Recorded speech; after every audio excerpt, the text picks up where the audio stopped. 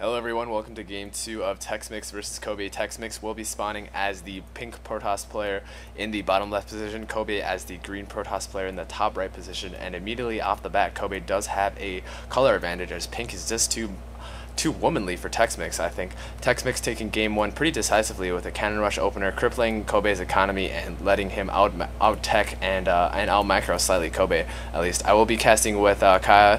Achaia, why don't you introduce yourself? Hey, what's going on, everybody? This is Achaia, and I am from the SC Battlegrounds YouTube casting channel. I cast with Elisa in 13 quite frequently, so if you have not heard of us, check us out at youtube.com/scbattlegrounds.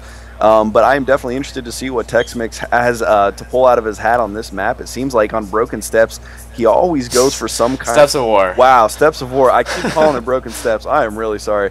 But anyways, on Steps of War, it seems like he always has some kind of a unique strategy, something that you don't see a whole lot of people do. So I'm definitely excited to see if he pulls out something different once again, or if he's just going to go for a more standard straight-up game. But he really seems to favor those one-off strategies that you don't really do every game, but, you know, every once in a while to throw somebody off, you might throw it in there, you know, just to mess with them. So Yep, and it does look like Texmix hasn't put down a Forge or Gateway yet, so this is going to be deciding how he's going to play the rest of this game right now. If he does decide to put down a Forge, it's going to be a Cannon Rush, and if he does decide to put down a Gateway, it is going to be pretty standard right now. Kobe scouting, and he does see the Forge, so Kobe actually knows a Cannon Rush is coming. I don't think Kobe is dumb enough to fall for the same thing twice, so Kobe right now, I think he's going to put down his second Gateway, and if he can Chrono Boost Zealots off of both Gateways at once, he should be able to take out the Cannon Rushing at least pretty well.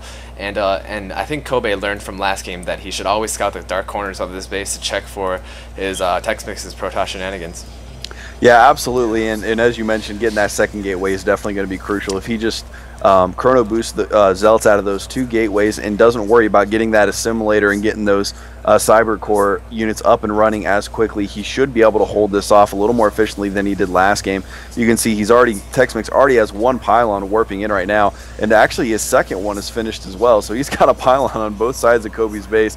There is already a Zealot coming out, and it looks like with the help of these two probes, that Zealot is going to go straight for the pylon rather than trying to take out the cannon first, although Texmix is putting down another pylon right in the middle. And so rather than trying to actually, I don't know, it looks like he's left that pylon when it had 13 hit points. Okay, there you go. He did take it out now. So going to try to take that on that cannon, which is almost finished warping in. Oh my goodness, barely gets it warped in, but he manages to take out two probes before they are able to take down that cannon. But more Zealots coming out, and it looks like Kobe is very effectively going to hold off this cannon rush. He only lost two probes, and he now has 4 Zealots to counterattack with, which, looking at the base of Texmix, he is just now putting up 2 defensive cannons, so he could be in very, very bad shape if those Zealots get there before those cannons are finished warping in.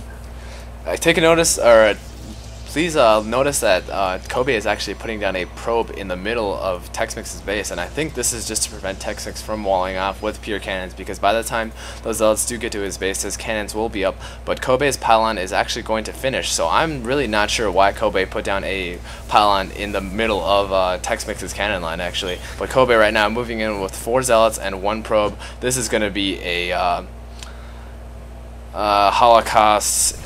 I don't really know how to describe it. Just look at this. Yeah, it is basically a massacre of epic proportions. We're talking like Hitler versus the Jews right now. This is bad.